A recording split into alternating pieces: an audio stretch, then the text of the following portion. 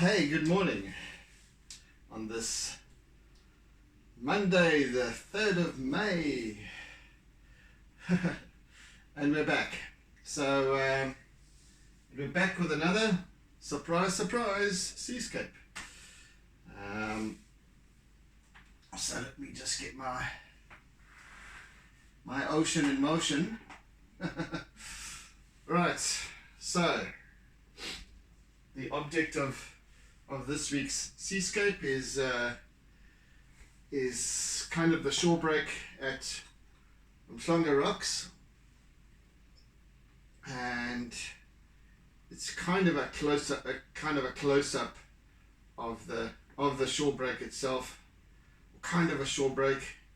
It's that higgledy-piggledy shore break that you get, that isn't quite sure what it's meant to be doing and where it's meant to be going, etc. Because we've got back surge and the wave coming in and so on. So there's it's sort of the rollers come in, and then suddenly when they reach closer to the shore, then they've got all these confusing currents and surges and what have you, and then it just doesn't know which direction to go. Anyway, I have a horizon line in this piece of sorts, so I'm going to depict that. Oh, there's everything. Oh my goodness. We had a clean out on Friday after my session, and I put everything into this little tub, and now right, at least I can see them easier at this point. Which should I choose to do this with? That one. Okay, I'll just pick them out and use them and put them into the tray down the bottom here as I need them. Okay.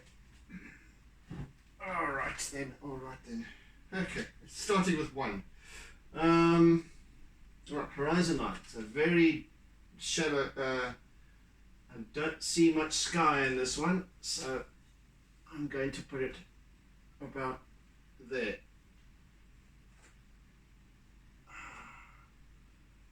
And then just run it across the page. Oh, guy, come on. Puppy.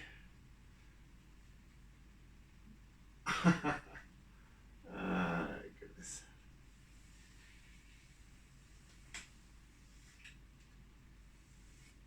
That'll kind of do. That'll have to do. Right, let me remove that from harm's way. Okay.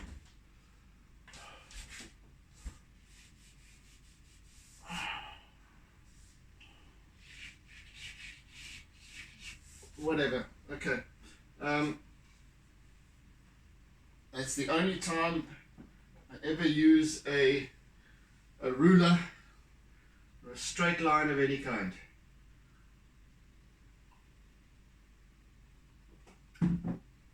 It's to depict the horizon line. And I'm not in the heading towards space, so I don't see the curvature of the Earth. So let's just keep it at that, shall we? Straight line. Okay, next tool. What should we have now? This one. One of these.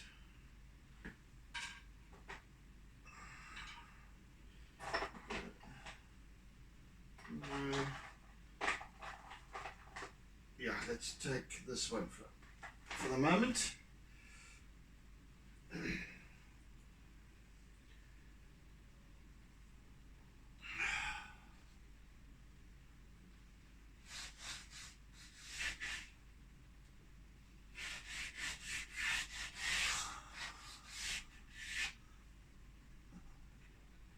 I'm going to also use at the same time just my white Conte.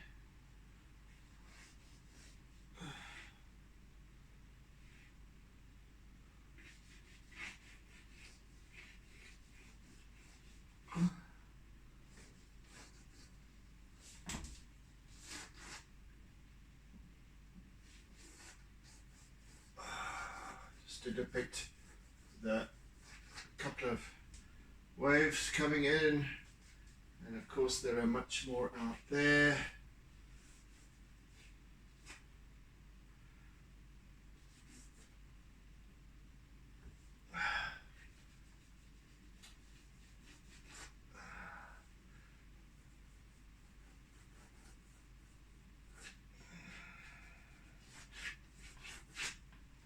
Anyway, that's that.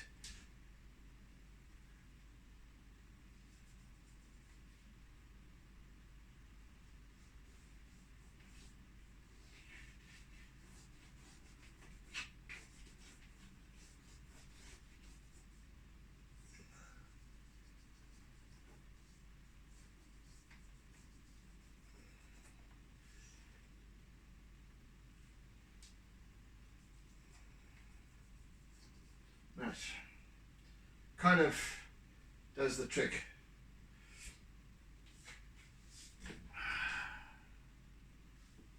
Now, this is kind of central to my whole piece, this part.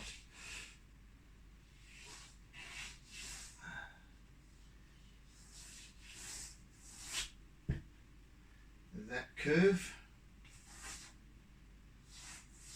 That curve,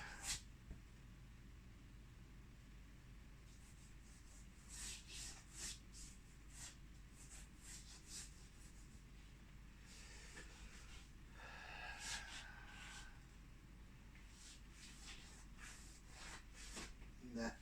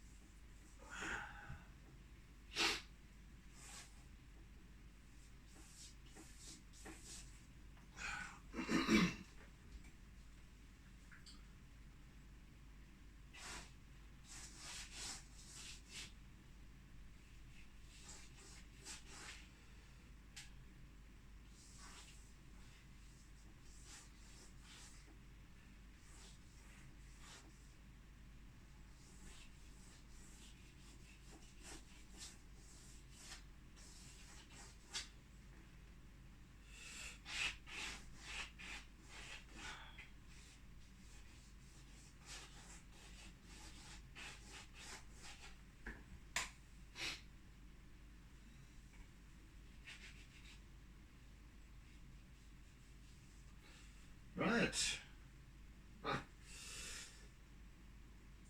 And that is essentially my composition.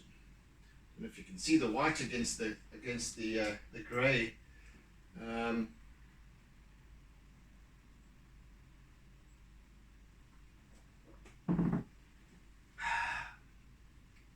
right then.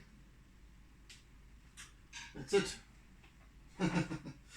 Next. Okay, we're going to start just filling in now. So, filling in some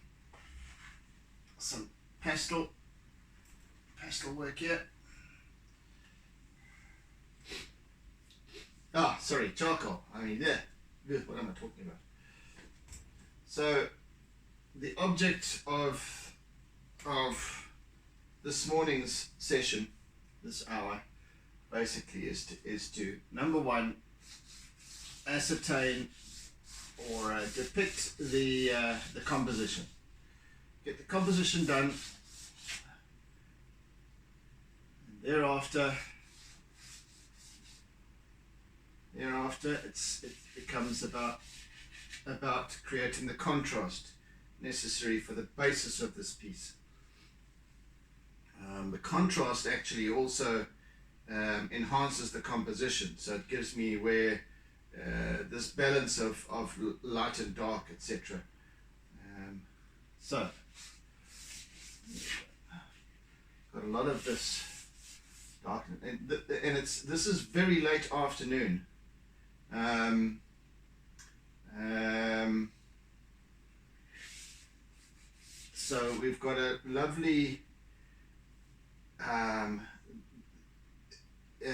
so it's got these long dark shadows, and then where the waves are curling, you've got they face the sun. They face directly to the west, facing the sun setting, and so where these surfaces, these facing surfaces are, you've got the light catching, and where they're receding, we've got the darkness, shadow.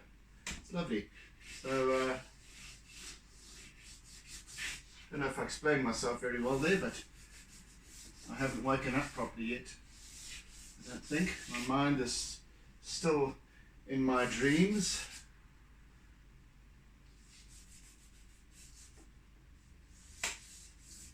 Curiously, and I don't think it's a bad omen at all.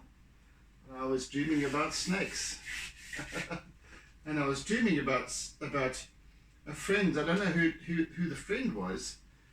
The friend had these pet snakes, and they were almost like kittens. Bizarre, as dreams are, as dreams can only be. So, and the one was kind of playing with me. Didn't want to leave me. Kept on following me around, chasing me around. And then kind of bit me, sort of bit me on the thumb here. But and then it was like, oh, am I now going to die? Has it bitten me and injected me with venom? And we were trying to find somebody, a surgeon or a doctor or somebody who could ascertain for us as to whether or not I was going to need anti-venom and all this sort of stuff. And the more time went on and lingered on, and we couldn't find the right person, and then we stopped to chat to this person and that person and what have you, I started to realise, no, I don't think I've been injected. Funny. I wasn't at all afraid. It was just, well, I wonder. I was thinking, well, were the fangs extended or not?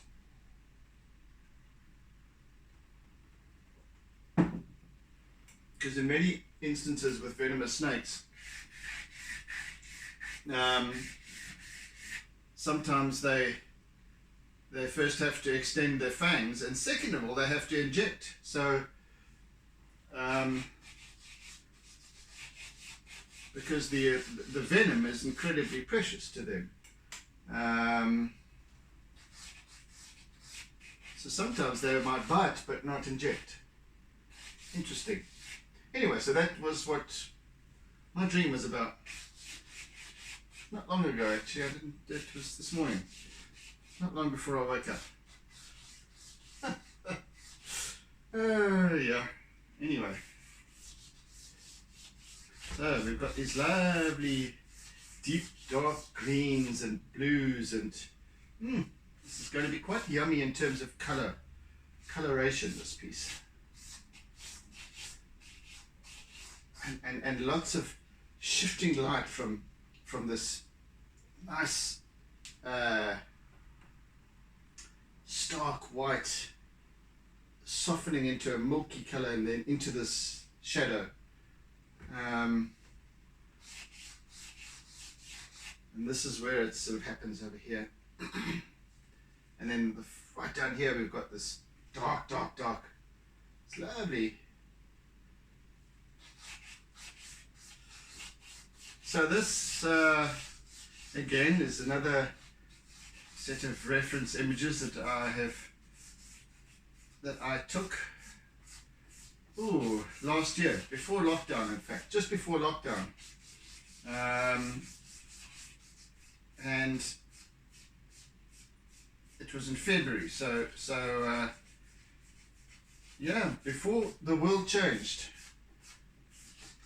How bizarre, eh?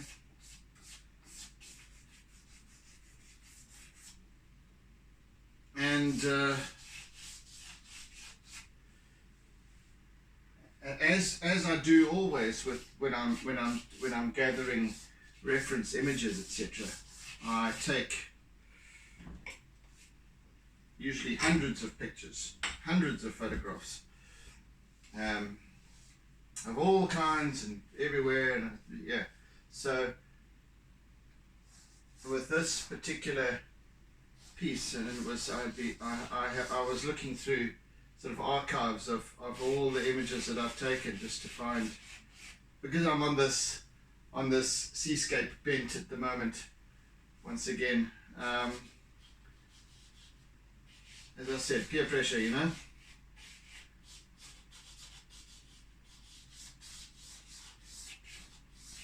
And came across this one and just liked it. In fact, it's not the whole image that I did capture. It's only part of it. I'm taking a portrait section from a landscape image.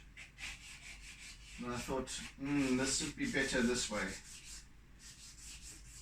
And a little bit closer in as well, so that, yeah, just to make Barry happy.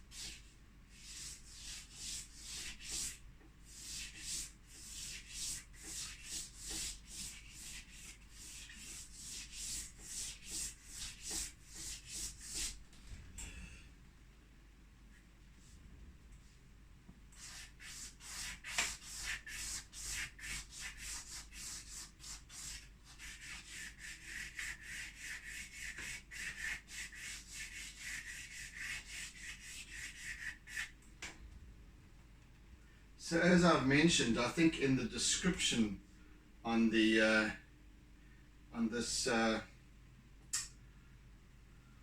the YouTube video, with this little arrow that takes you to the description, and I think I have said in there how, or is it, no, I haven't said it there. Sorry, I don't think I did. Anyway, well, now that I'm thinking of it, I may as well tell you. So we have these, you know, if you look out to sea, if you just imagine the setting. So there's lots and lots of big rollers coming in, biggish rollers coming in. They're all like marching forward, from back line right through and into the far distance over there.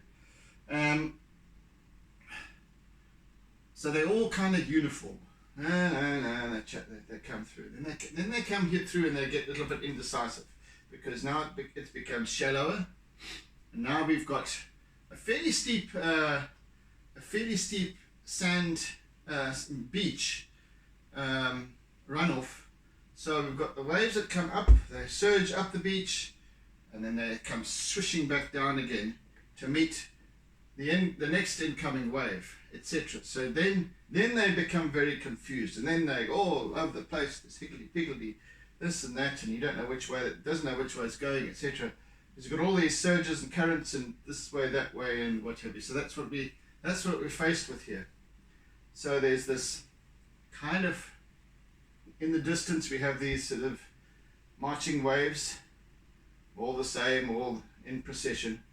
And then we've got this, just over here, we've got this like little way, sort of indecisive wave. He's not sure whether it's going to be what's coming quite yet, but sort of just prepping. And then we've got this one, which is it's like an orchestra.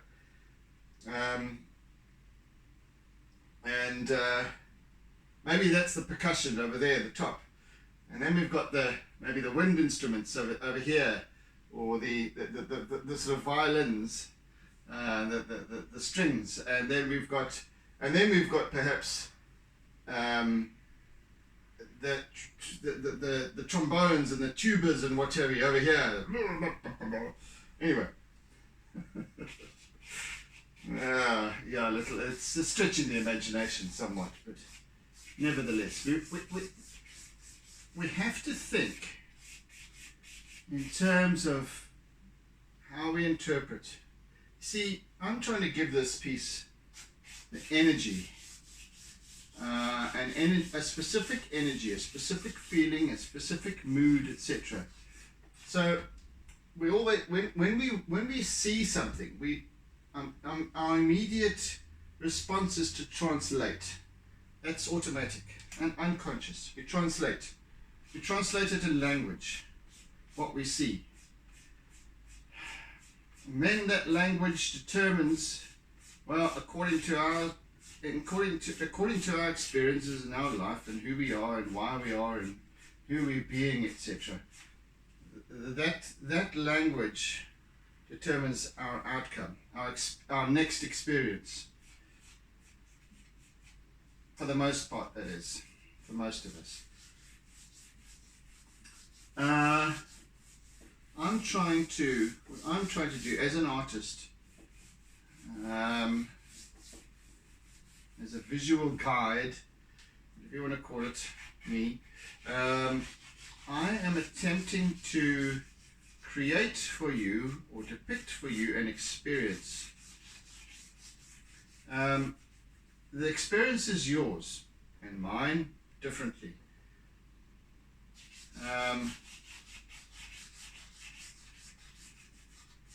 The mood I give it is what is important.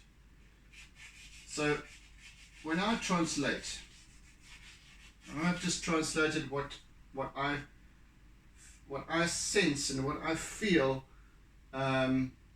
is going on in this piece energetically, in terms of a visual expression, with the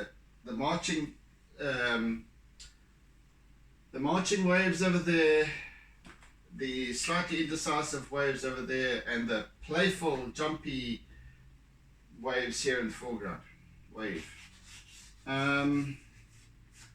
I then look at other means of expressing that. So I think of an orchestra, okay, and the different role players within the orchestra, the composition. Here we go again, and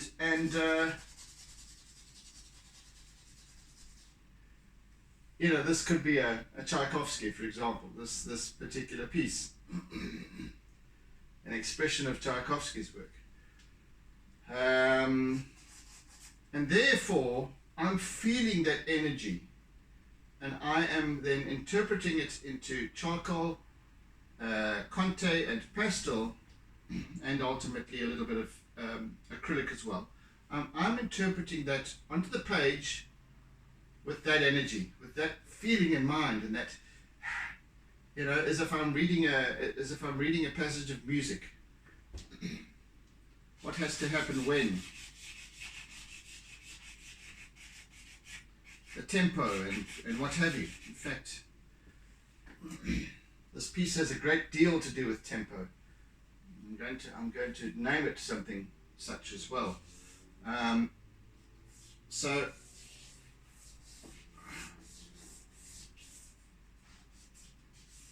yeah, the name calls for an expression of tempo of some kind.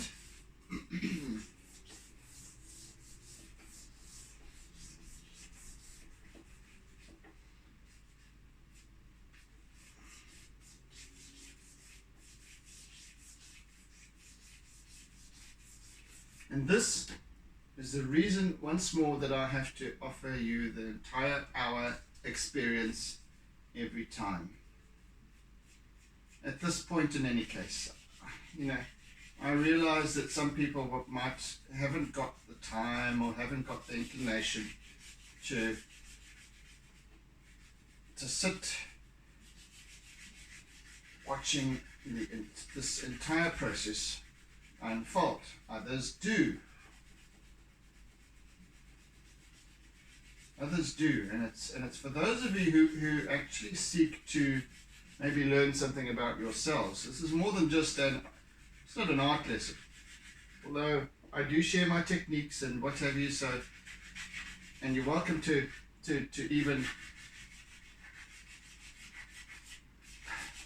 query me about that, about my techniques and how I'm doing it and why I'm doing it, etc. if you don't quite get it from what I'm sharing. But this is more about what is your experience. In terms of the stuff I'm saying, does it make sense? Does it not? Does it help you in any way to enhance your own experience, perhaps? So these sessions are, in fact, I guess, mini workshops, mini coaching workshops, in fact. I don't know. You take from them what you will. So yes, I gather that many people won't want to watch it for those reasons, but they might want to watch because and they might want to watch because, you know, because they're artists, or you're artists, or you enjoy watching art, and maybe you'll scroll through the video. I don't know. That's unimportant to me.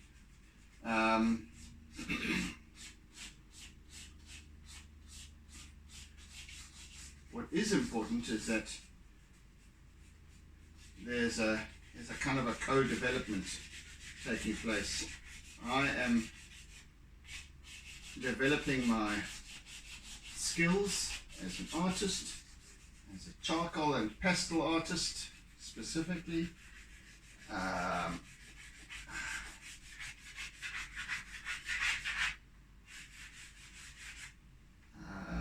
also working with my thinking, how I think, why I think.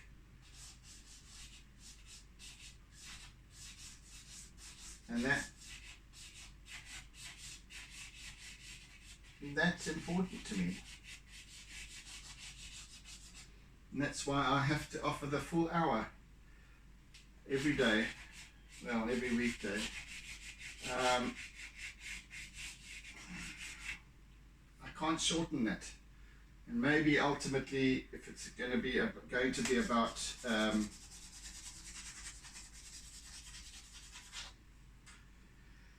if it's going to be about techniques, about teaching art, then I might do a very short, perhaps anywhere between 5 and 15 minutes, 10 minutes, little session on establishing the composition, for example. That took me, 10 minutes, not even that, this morning. So I could do that, but then once once I've divulged and spoken about this technique and that technique and what have you, I've maybe got 5 or 6 little 10-minute slots, and that,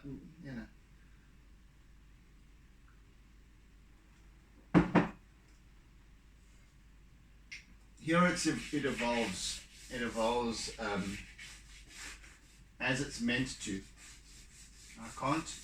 I can't give a specific time frame to what I'm going to think of next. And even if I do script my sessions, these thoughts come to me off the cuff, literally, and I need to share them there and then. So if I'm stopping and starting my video feed, the whole process is one. My thinking is it aligned with what I'm working with, the artwork that I'm currently busy with. I can't script that, man. Anyway,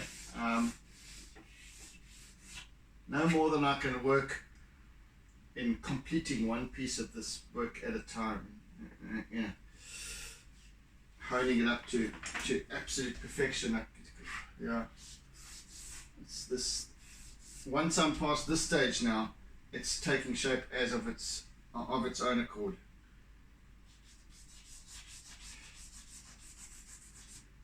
So the only reason I'm telling you this is because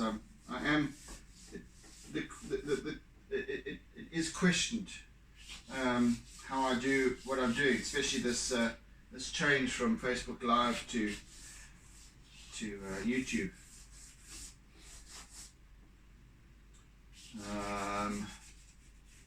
And now I'm sort of getting for myself a better understanding of why I can't shorten these sessions.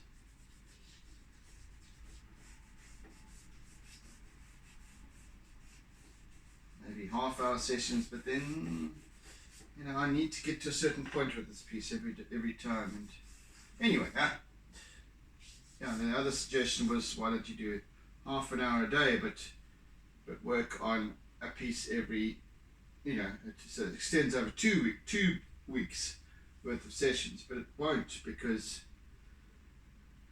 it's a week is a good time frame for each piece. And anyway, so this is why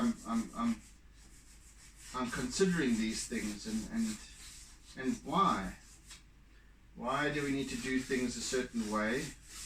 What, if it's working for me, if it's not working for me, what do I do to change it? And that would become abundantly apparent.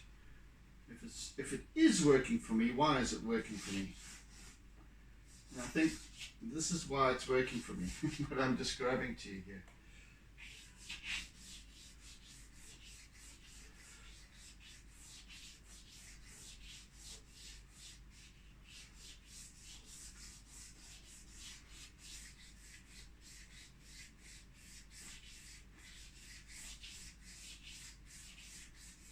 It takes me a while to get into a certain flow in the mornings, because when at the end of this hour, at the end of the session, I don't sit any further and work on this piece.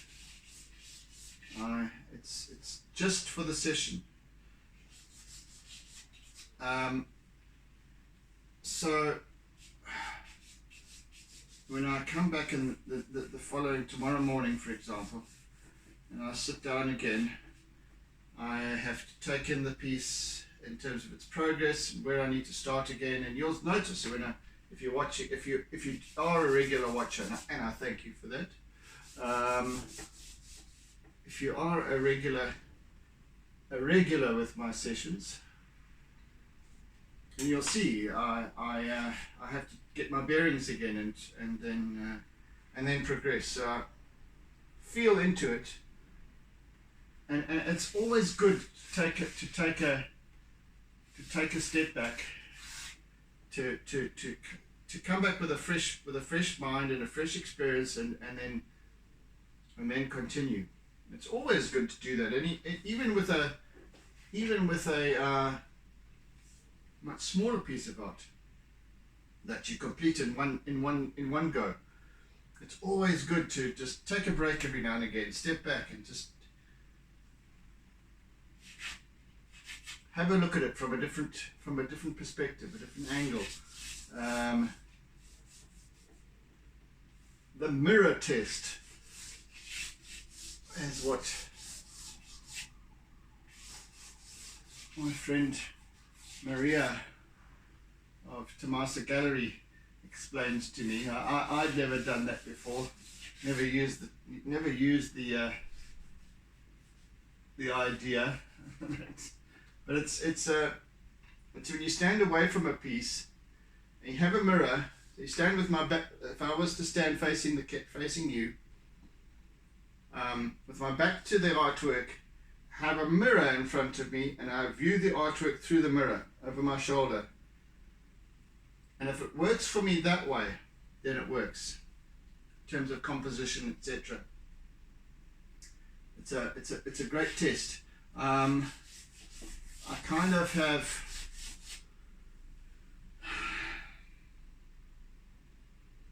I've kind of got to the point though where I don't really need it. I kind of sense that what will work and what won't work.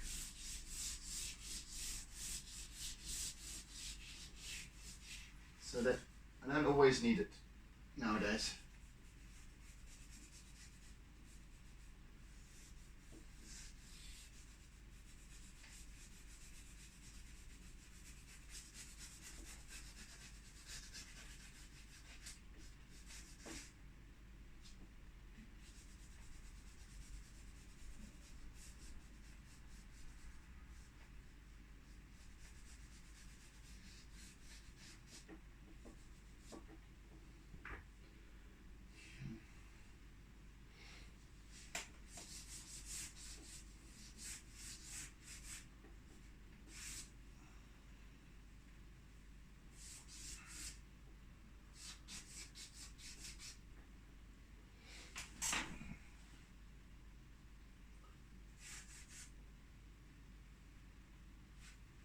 So, you know,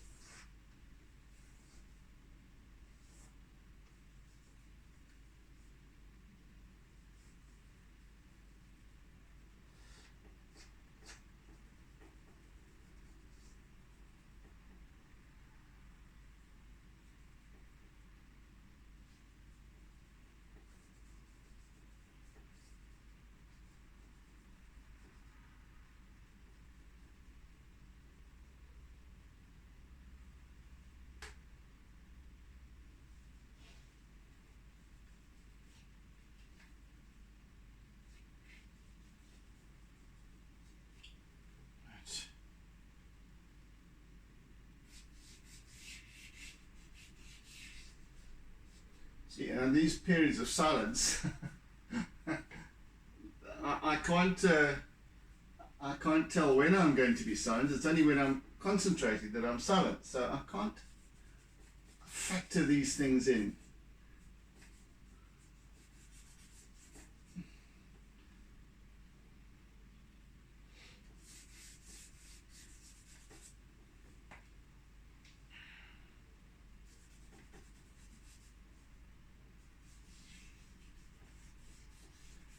Anyway, I have given this some thought and consideration, and I've arrived at the conclusion that I still need to offer these hour-long sessions for the foreseeable future. Until I've got the hang of this YouTube thing, until I've got more of a slightly more of a following, perhaps. I don't know. It's whatever.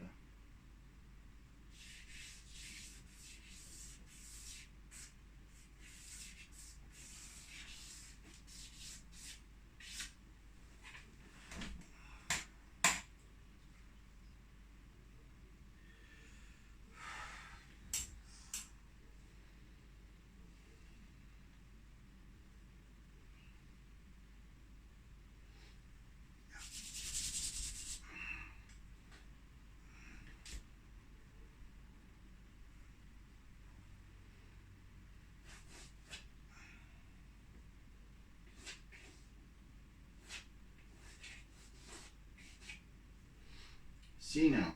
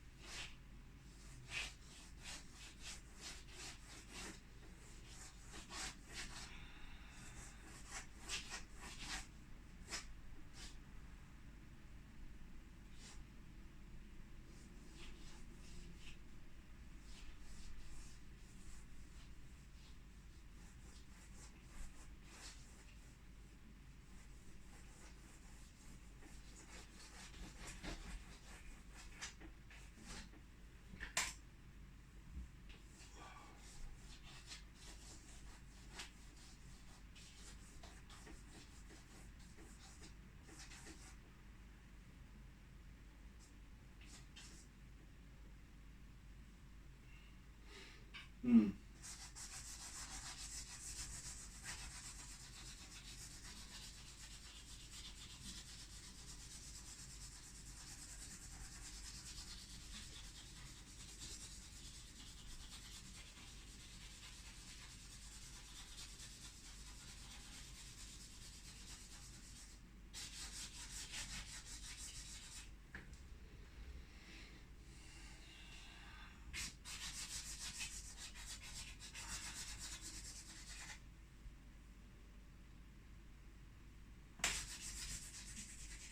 Right, so that needed to change a little bit, just to alter the perspective just very slightly. It's better now.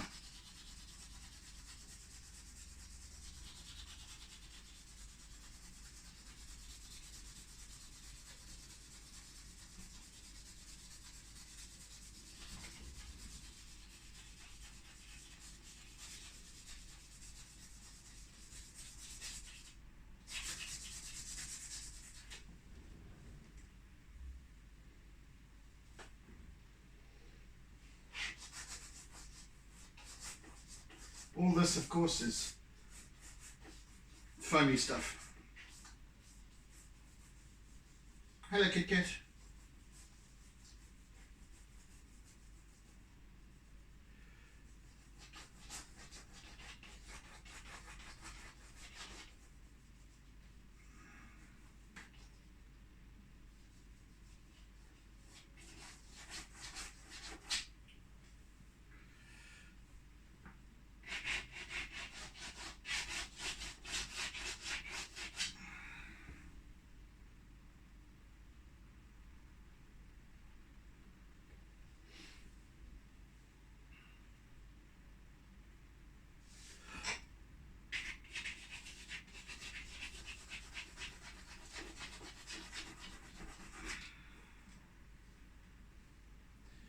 We've got one of these typical, it's almost like, I don't know if you've seen those, any of those images of, or photographs of this kind of a slow motion capture of a woman jumping out of the pool rising out of the water and then flicking the hair back, and you get this kind of a coiled spray of water, and that's exactly what's happening with this piece at a point.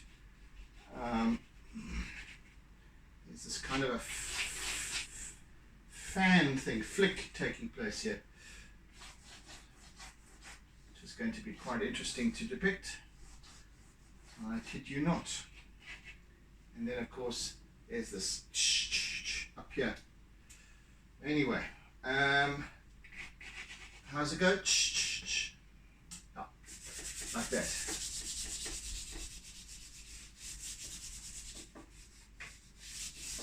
So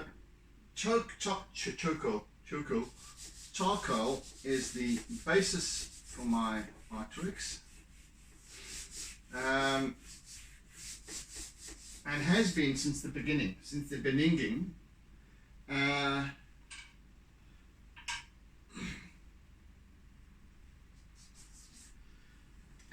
And then slowly I've added charcoal and chalk pastel were the basis, are the basics. And then I slowly, at a point, a couple of years down the line perhaps, I started to add a touch of colour. And then that colour became more and more, so that now I've got almost full colour pieces, but they've still got that basis of charcoal underlying, forming the light and shade, and the contrast of each and every one of my pieces, even though it might not end up as apparent as it is at this stage in its development. So this is the first layer, and I always use charcoal throughout.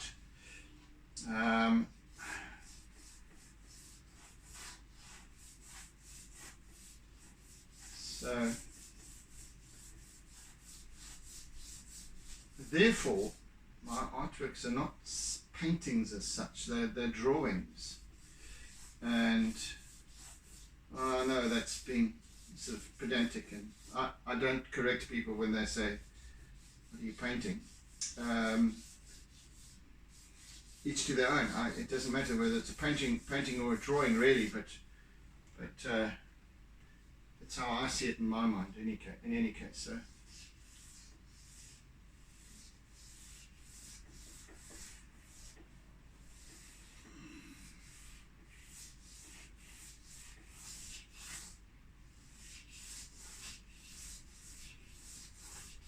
And of course, as I'm working, I'm also kind of depicting a dance of some kind. It's there's these little nuances of the way the water flows, and the reflection and refraction of light as it plays on the water surface. And these different facets and angles, and it's all kind of and they all work perfectly together. It is like almost like a choreography of dance. There is this sort of constant interplay, and that I also kind of want to keep in mind and observe and depict as far as I possibly can. And at least if I'm mindful of it,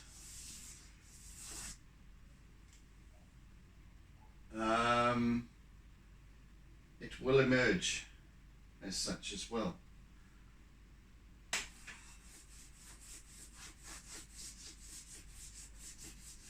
See, my artworks might not, in fact they're definitely not, I don't try to envisage what it will turn out like before I start. I just allow it to evolve, and I become comfortable with doing it that way. Beyond the composition, etc. So how it turns out is fine either way. What I do like to pull through and translate though is the energy of it. So I do try and depict the energy of the piece, and that I think I've been successful at to a large degree, especially with more recent pieces, as I've become more and more conscious and aware of why I'm doing what I'm doing.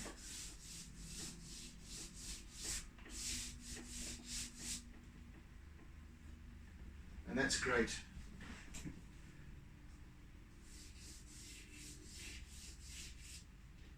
You know, you look at some of these paintings,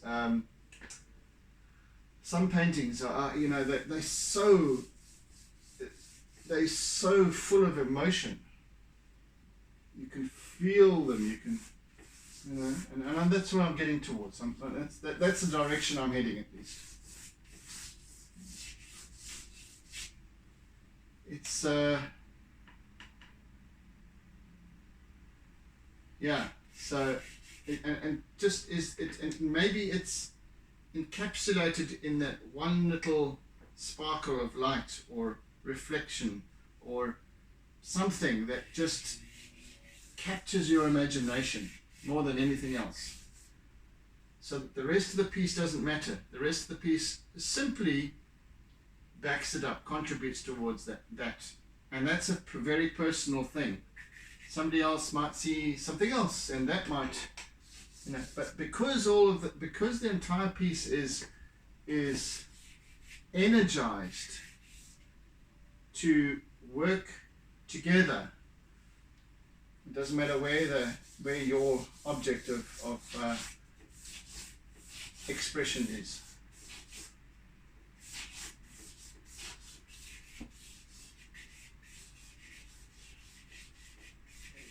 Sometimes it's this little area over here that captures me. It's just this little fission of undulation of the water surface. It might be this area, and certainly this will be a focal point, but there's just this little subtle nuances going on over here with the change of the surface. And maybe it reminds you of something. Maybe something else that I always love to see with the ocean, is especially earlier in the morning. Well, especially if the sea is eastward, on the eastward coastline, as I'm accustomed to and have grown up with,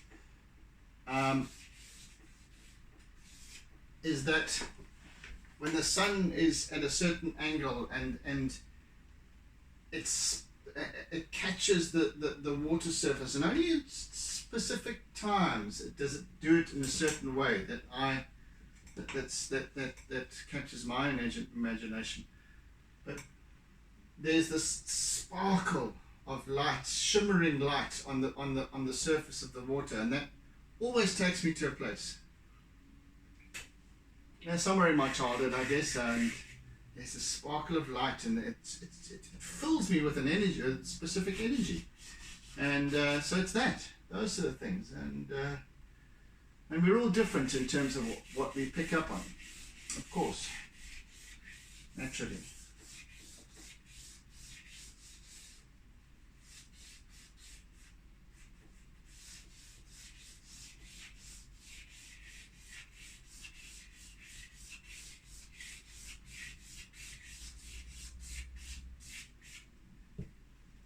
For me, this piece is going to be about how I depict this refraction and reflection over here in this area. Yeah, yeah, it's going to be very subtle.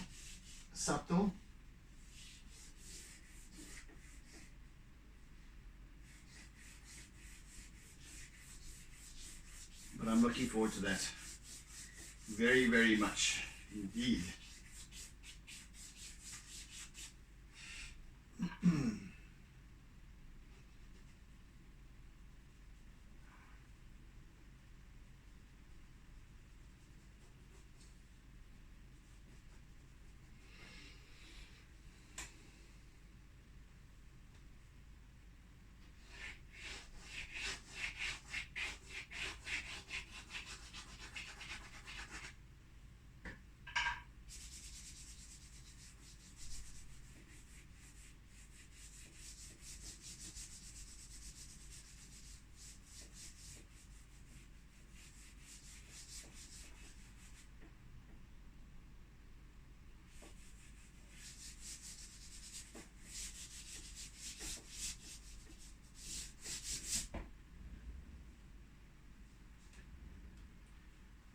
let me just use a little bit of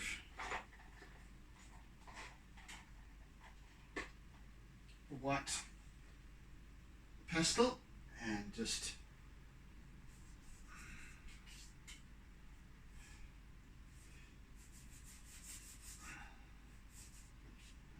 fill in here something that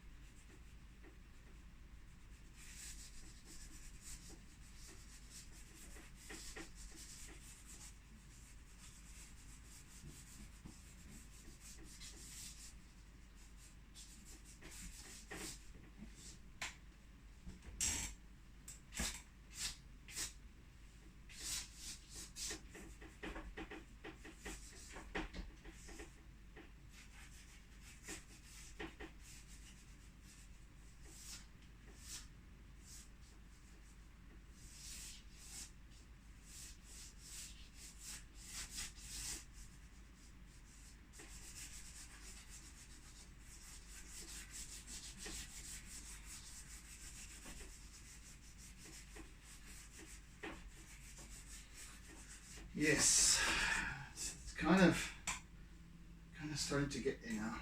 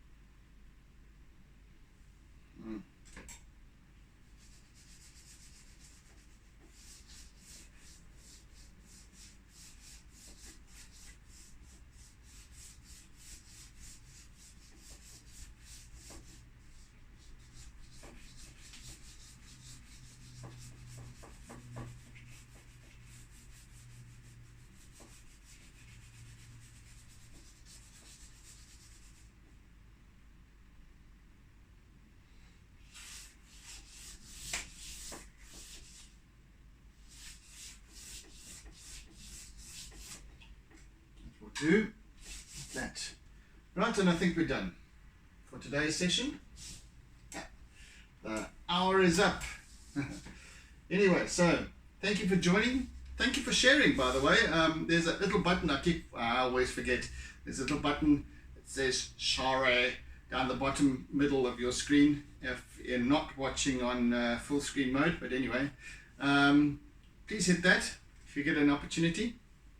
And a little like will do as well. So yes. Anyway, thank you for joining. Thank you for sharing. Thank you for caring. And do tune in again tomorrow. So oodles of toodles.